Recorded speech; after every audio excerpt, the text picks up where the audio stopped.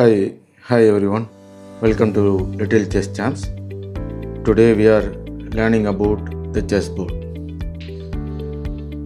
So what is chess? Chess is a smart game played between two people. It's like workout for your brain.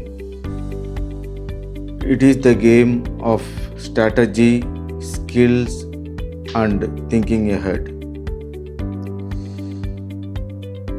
Let's talk about chessboard itself.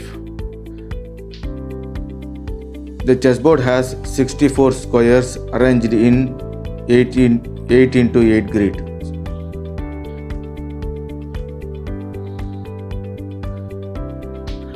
Now we are going to learn about setting up the chessboard. Here how the setup chessboard correctly.